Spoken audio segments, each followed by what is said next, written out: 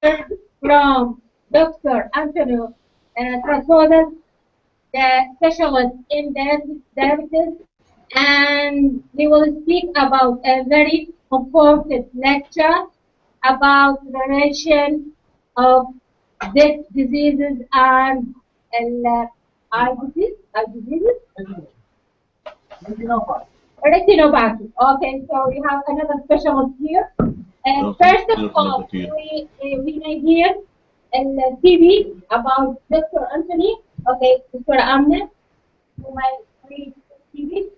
Okay, so good afternoon, ladies and gentlemen. We'd like to send, on behalf of myself and my boss, Professor Kauri, big thanks to make this event a success. For that, welcome. So today it's a great fun for us to have our speaker guest, Dr. Antonio Trasvodas. He's a specialist in ophthalmology. He's run the Health and Care Service Private Center in Portugal for more than 35 years, and he has a big knowledge in this field, and he is a true artisan in that field. He has a lot of experience, a lot of understanding in his field, and he is really make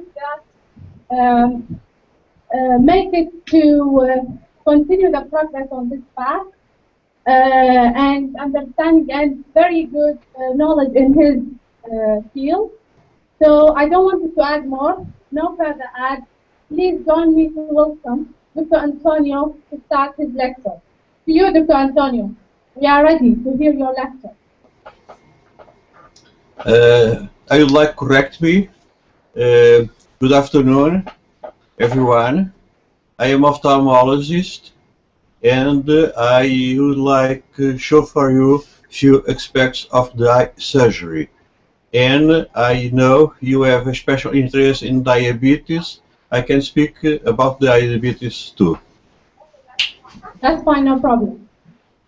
Now I will show a few photos of our center. Our center is a private center in Portugal, localized in Coimbra. You can see now. Next. The entry hall of the clinic, and the second building, the hall 2, my desk, and another operating room for observation to patients, my waiting room, and now the ophthalmic examination with very different types of the equipment. As you can see, the perimeter and the lens star and the optos is a very important instrument, particularly in diabetic patients, and the angiography too, and the infirmary. I have different time of the rooms, and we have 5 suite rooms for surgery, and the high room to the eye surgery. This is you. As you can see now. Doing a surgery. And in 2000 we began to record the surgery with the 3D. It's first time in the world we obtained the image from the interior of the eye. Now the laser equipment for the myopic surgery or the refractive surgery, and different equipment from the hospital. It's usually in the new hospitals in this country, and particularly in the world now. Now I will speak about the different aspects of the eye surgery, and I begin with the eye. I do the surgery, particularly in the cataract and vitreous surgery inside the eye. Next. And the cataract, it's usual now, all surgery are done with the phaco. And the introduction of the intraocular lens, I began this technique in 1980 in Portugal, with the lens in the pituitary chamber, And now this is typical and in the world.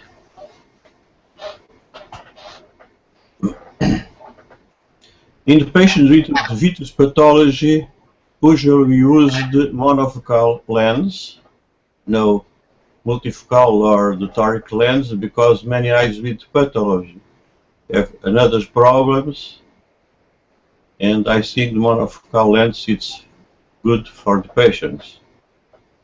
After introduce the viscoelastic, I can perform the capsulorhexis like a cystotomy or with laser, different types.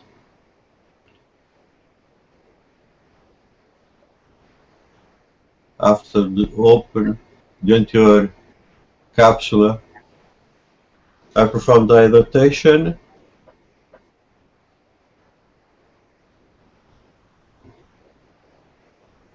With phaco remove the lens, the cortical and nucleus.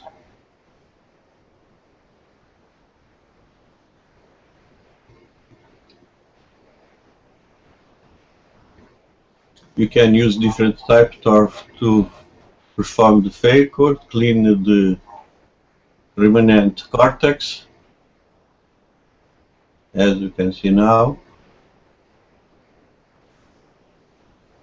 I don't know, but probably this is the typical surgery you performed in the Iraq 2 after they introduced a fold-up lens and put in correct position. Unfortunately, and surgery is the end, and I can remove the viscoelastic substance. The surgery is completed, and now I would like to show another video from the ocular trauma. There are like probably in Iraq and Portugal in some areas, many people who work in the agriculture.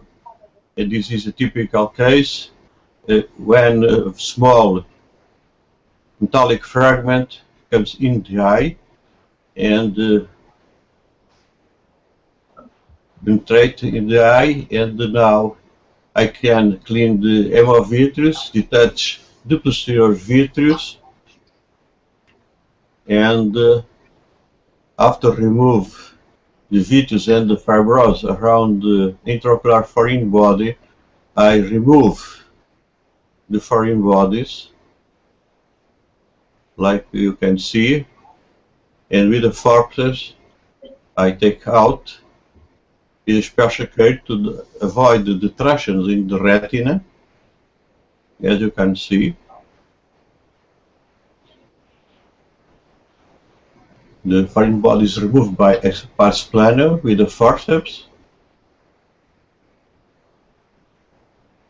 At the end of the surgery, I cleaned very well the board of the hood, the retina hood, and avoid the laser, because I put only a few laser to avoid the proliferation, the retina proliferation. I think it is very important not to like laser for avoid big scars or proliferations. The end of the surgery.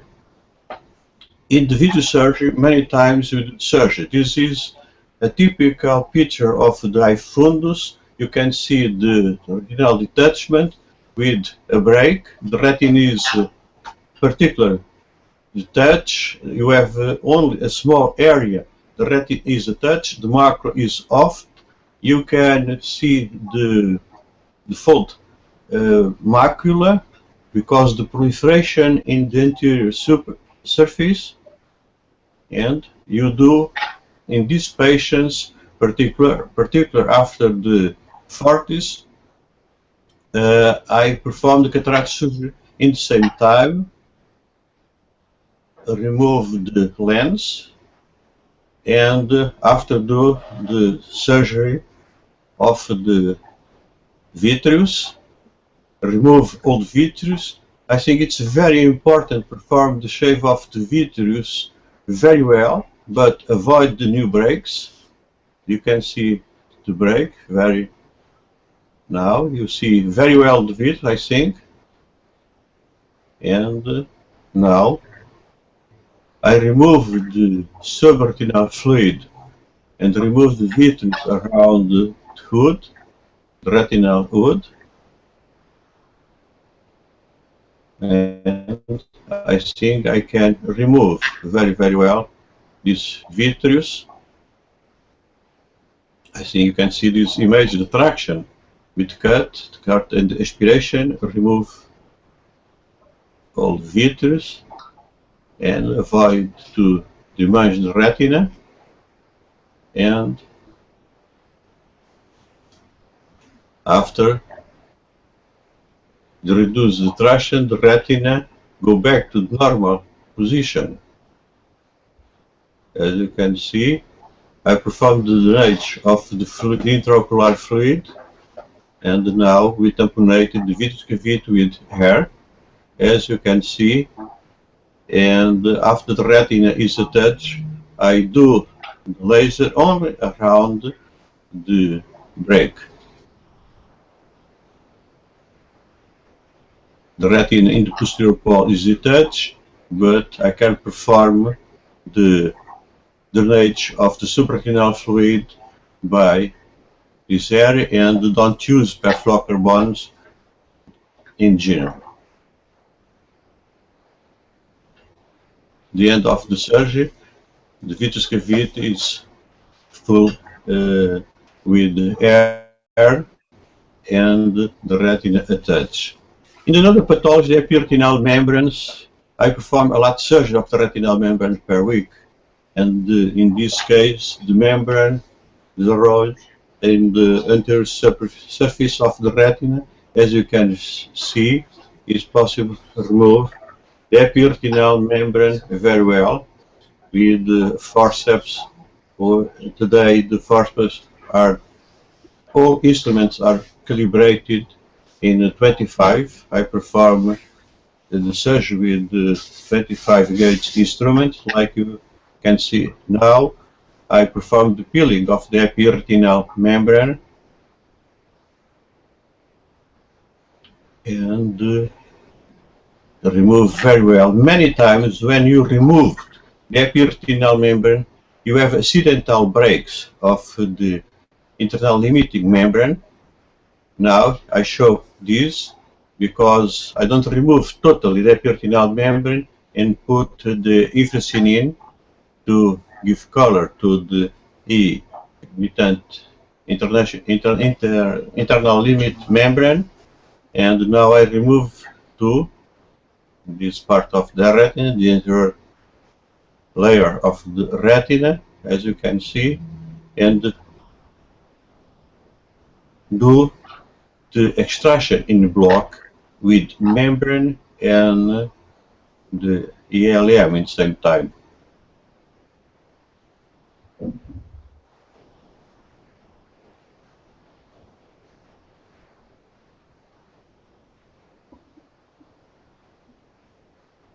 Now finish the peeling, and after peeling the membrane and the epiretinal membrane, many times I correct all extraction to avoid the reproliferation. Now I think it's very important for you that I speak about the diabetic retinopathy.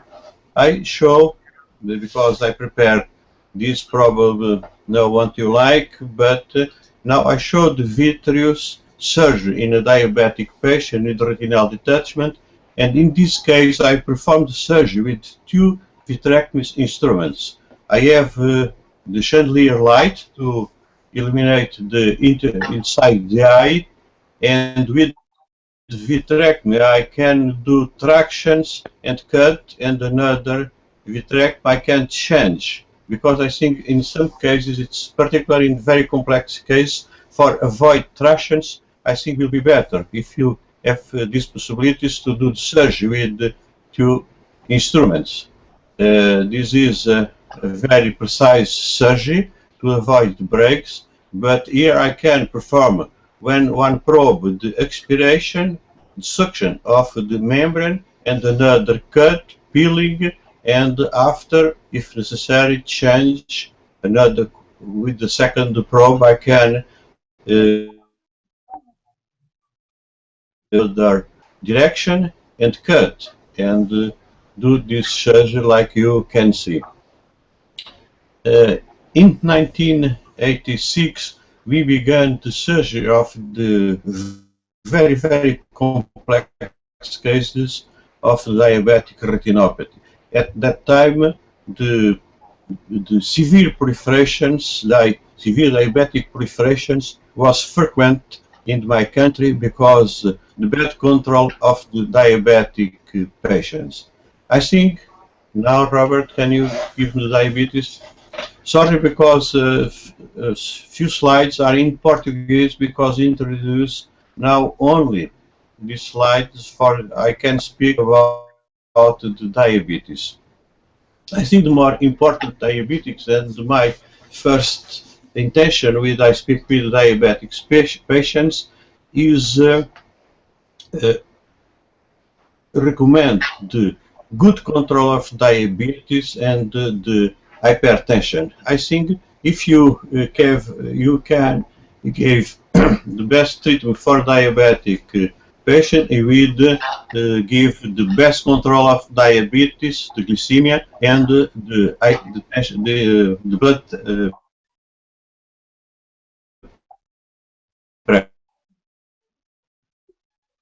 pressure. The Occidental countries, but I don't know, in Iraq it's probably the same. Many behaviors of the people change the foods, the alimentation, and now many people go to fat and many diabetic problems. If you have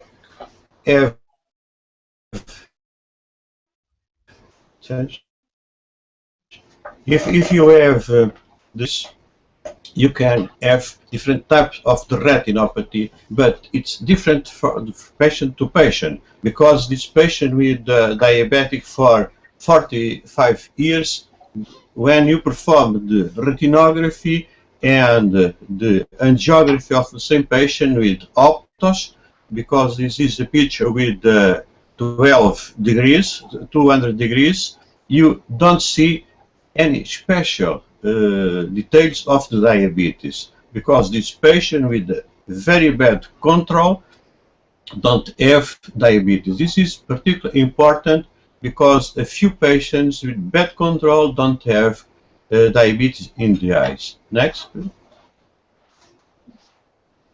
Now another patient with diabetic for 53 years showed the proliferative diabetic retinopathy with ischemia in the peripheral retina.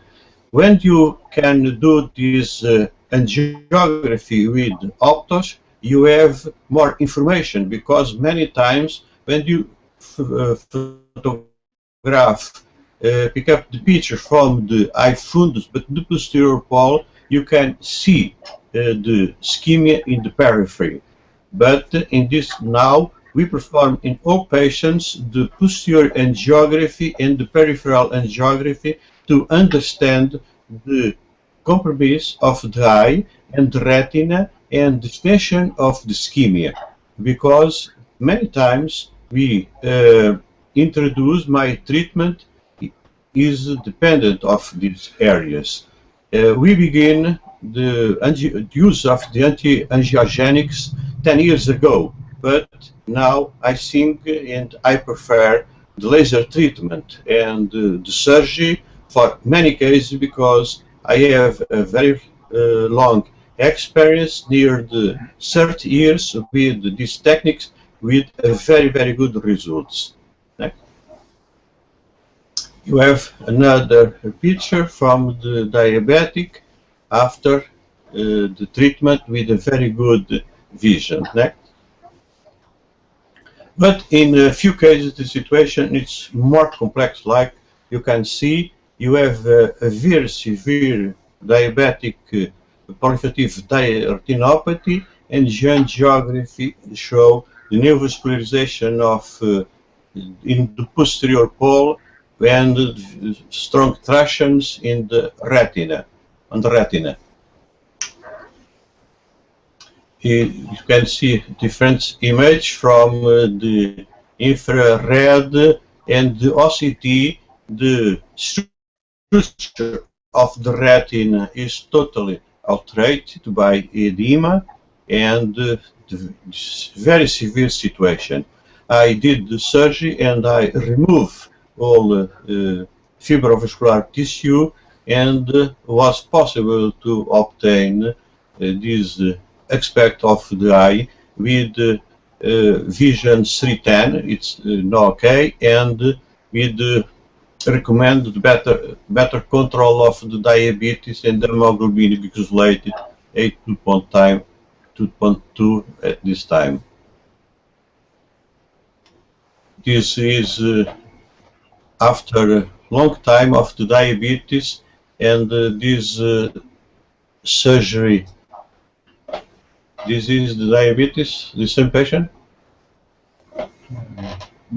No, this is another patient. I think this is done in the 1987. The surgery is done with a very severe cases. I don't have the pre-surgery photos, and I have after the near the 28 years the appearance of the fundus, the posterior pole, particular the fovea and the macular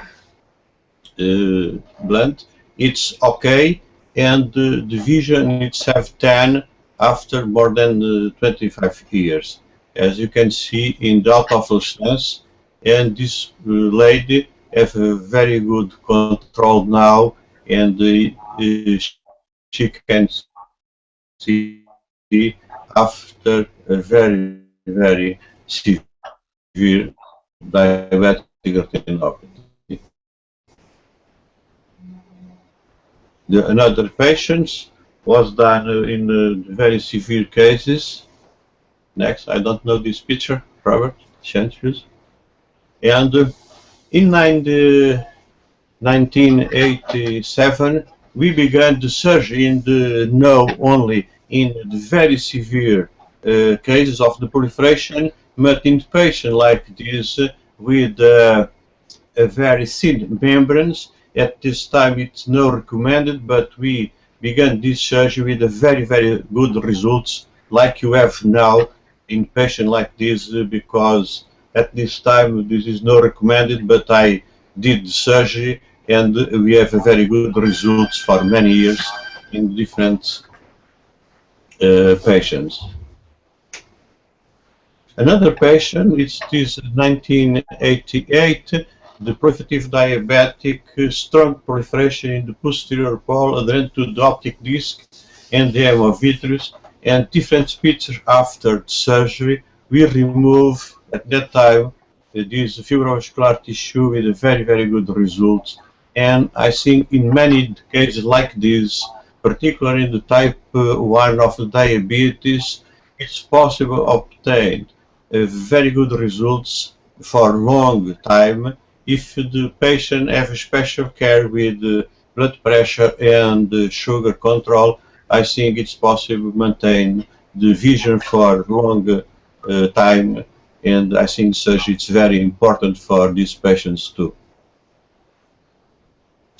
Now this is a picture recently. The patients performed surgery many years ago with a very good results, and you can see the OCT without edema and a very good result.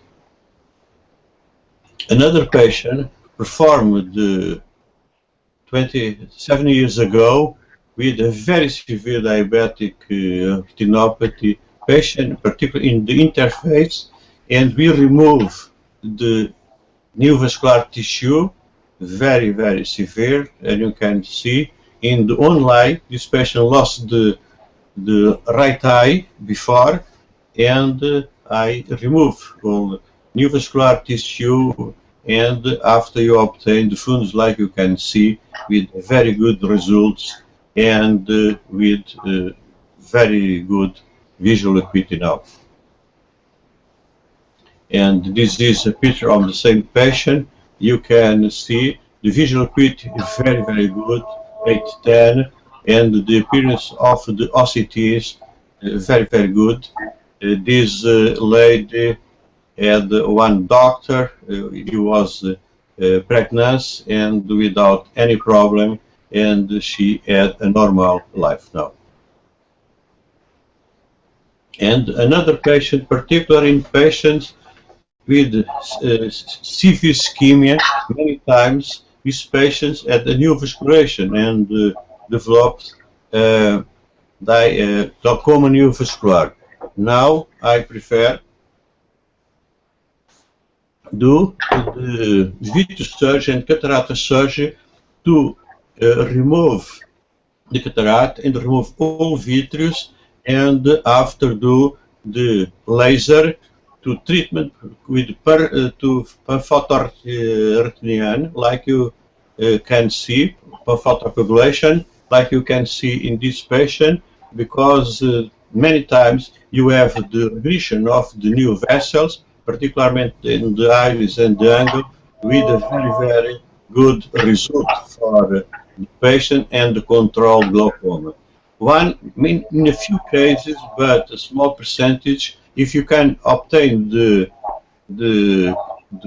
high pressure control, you can do a new surgery and put one valve like the AMED and obtain the control of the tension and the retinopathy, and many patients recover good vision or ambulatory vision, depend of the gravity, the situation, and particularly the optic nerve if it has atrophic or no.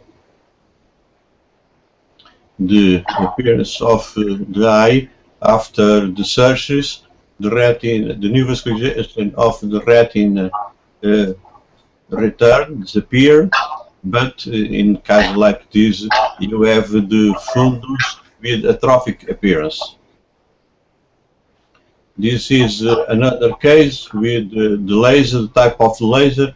You use this type of the laser when you perform the endophotocoagulation. The photocoagulation of, you can see the first picture, very extensive areas of ischemia, and we obtain a very good control of these patients and avoid more complications. Like, but another patient, this is more complicated because exudated in the posterior pole. Many times are exudated, recover, but the visual acuity is usually bad.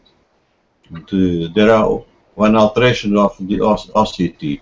Now it's another patient, and I think now you can come back to the videos for finish our program.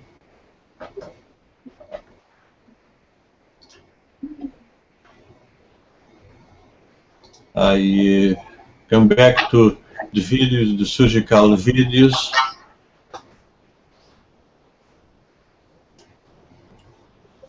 There are a little problem now. Now I show for you vitreous surgery, and we perform the phaco and vitrectomy simultaneously. I use the vitrectomy and the phaco at the same time. As you can see, the lens is subluxated and dislocated inside the eye, and left eye I have the vitrectomy and I control with left hand, left foot, the vitrectomy, and the phaco with the right hand and the right foot, as you can see now. I think this is very important to avoid the lens drop in the fundus, and in this patient he has the cataract and the cortex was absorbed.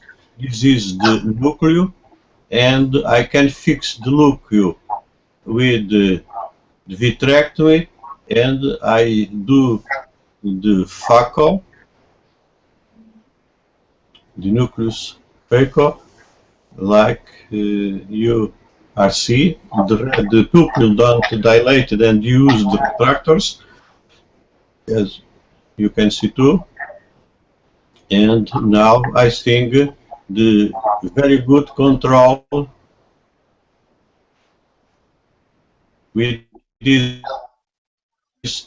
two types of the instruments can avoid do the surgery with the different technique, like I can use the perforator bonus or remove by limbus the nucleus, but I think if we have this capacity to do this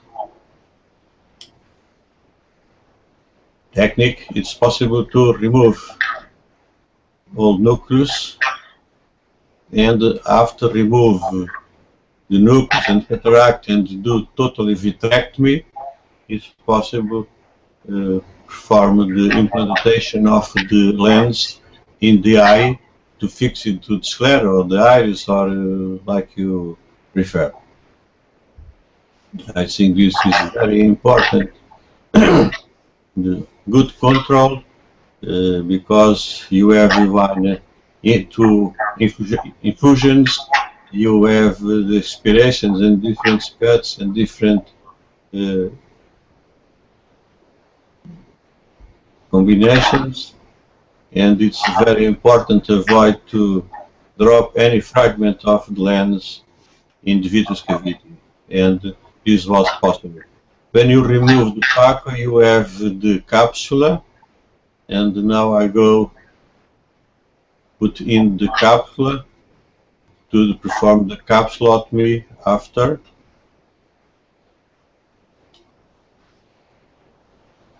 As you can see, the capsule goes in, and I remove with vitrectomy.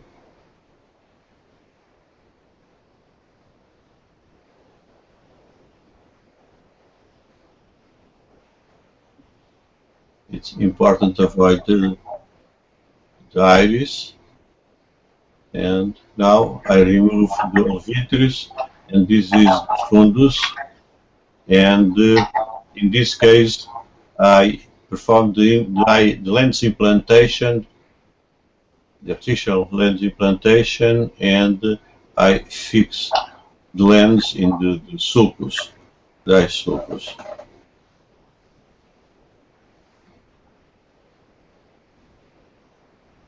The appearance of the eye in the end of the surgery. And now I will speak about, to finish, another ocular trauma. This is a very special case because after the crash car, like you can see, the fragment of the mirror comes in the eye.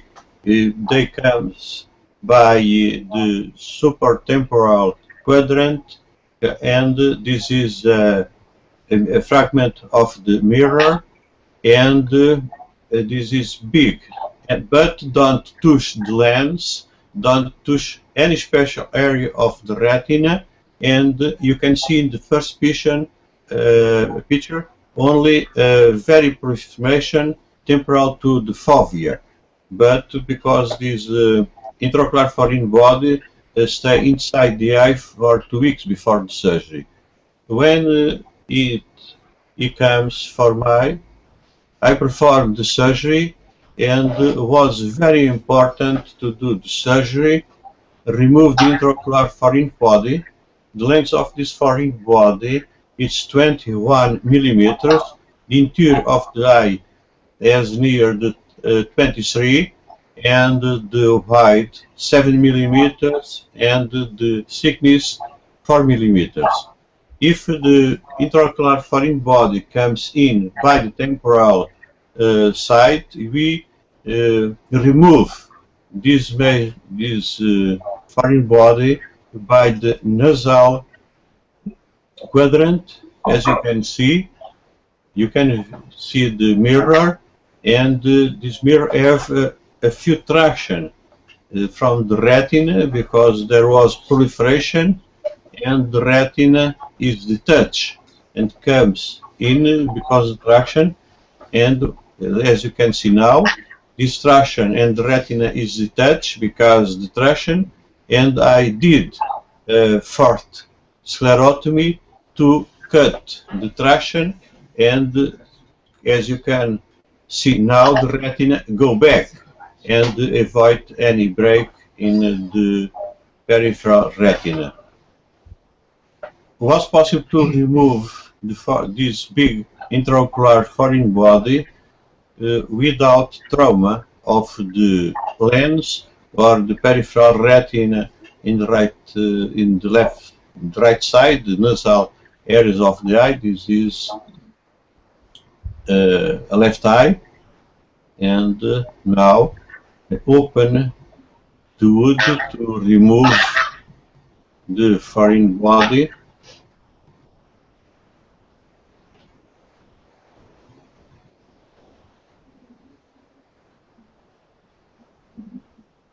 And avoid tractions in the peripheral vitreous, and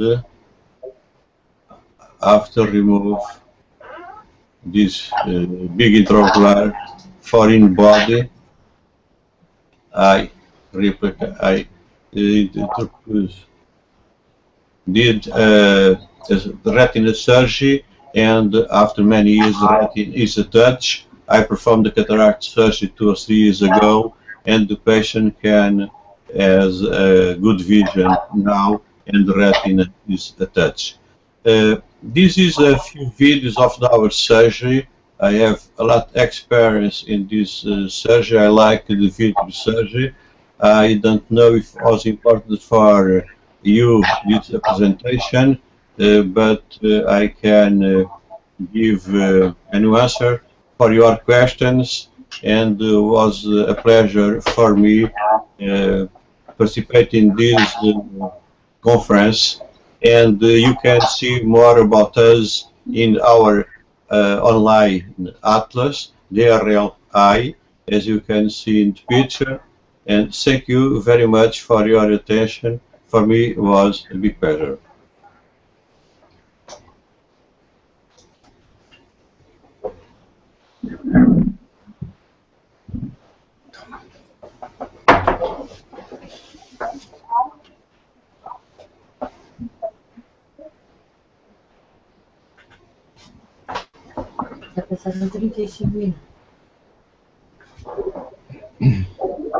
Thanks, Antonio, for this very interesting lecture.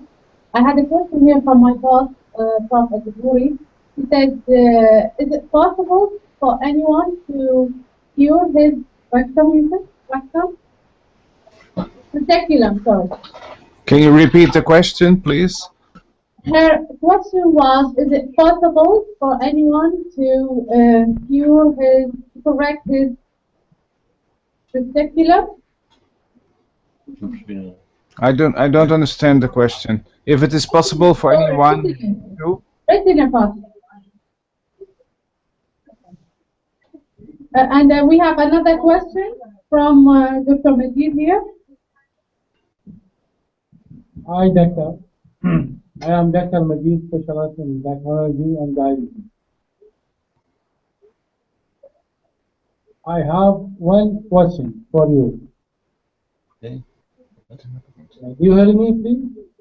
Yes, I can hear you. Okay, my question is the time between retinopathy and surgery. How is important if a patient have retinopathy and retinal detachment? Retinal detachment. I'm talking about retinal detachment. The time limit between retinal detachment and surgery. How is important? Your question was about retinal detachment or yes, diabetes? If a patient diabetic and get retinal detachment and the blurring of vision severe, how the time is important between retinal detachment, the time, and the surgery? Okay. You asked me about the transitional retinal detachment in diabetic patients. Yes, yes. Okay. Many years ago, we did surgery only when there there were danger to the macula detach. Now I am more aggressive because I the surgery. And if any diabetic patient has an retinal detachment, if you have the nasal detach of the retina with a strong traction and new vessels, I do the surgery. Many years ago, 20 years ago, we don't did surgery in this patient like this. But now I think it's possible very good control of the eye surgery and in particularly in diabetic patients. And if you have tractions with the touch or without touch or with tractional detach, I do surgery. I think if there are big areas of ischemia, I think it and traction. If there are any reason to do surgery, I don't have any problem. The problem is to don't induce breaks with surgery, don't put laser in good areas, particularly with good irrigation. And this patient, I perform the retinography and the angiography and all examinations, eye examinations, and if the macula is good, I performed surgery, remove all tractions, and do the laser. But I think it's very important when you use large quantity of the laser in the end of autocoagulation. I think it's very to avoid the posterior edema. There are in a few cases. I use the corticosteroids like the triamcinolone or anti-VEGF. It's in very, very few cases only, and I think you have better results because we change totally the aggressivity of the surgery in diabetic patients from the very conservative treatment for the very aggressive treatment. But I think the more important in diabetic patients it's the control of the diabetes before or after surgery. And particularly, I think it's important to know very well the irrigation of the posterior pole, particularly of the macular area, because if you have a big area of scheme in the posterior pole, the results probably will be worst. And if you have a good vascularization in the posterior pole, and you think it's possible recover good vision, I think the surgery today it's very secure and you can do with very good results for patients. Thank you, sir.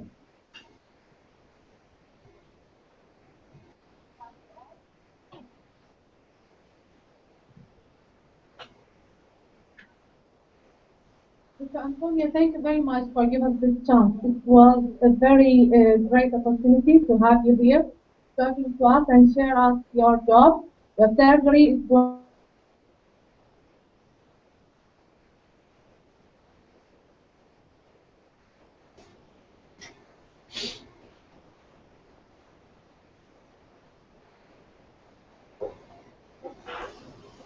I'm sorry we cannot hear you now.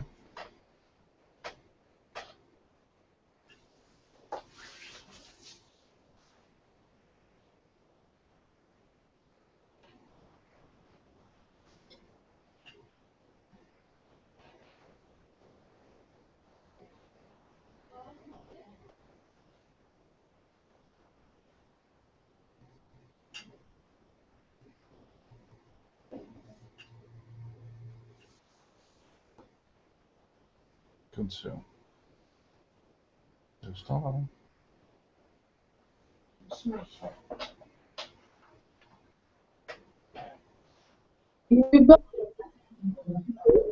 Hello. Yes, hello. We're back. Yes, I can see you now again. Okay, so that was the time allowance for us. room is being booked for others. Ali. Now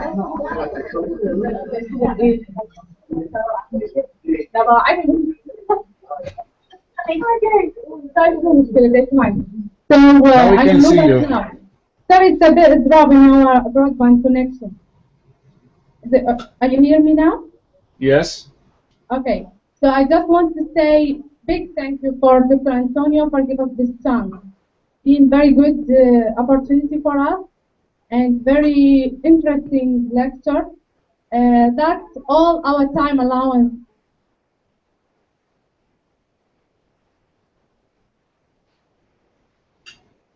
No, what, not that.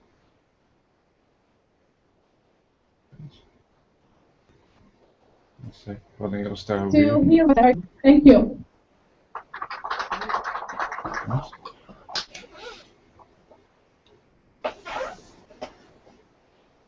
Ja, goed, hè? Huh?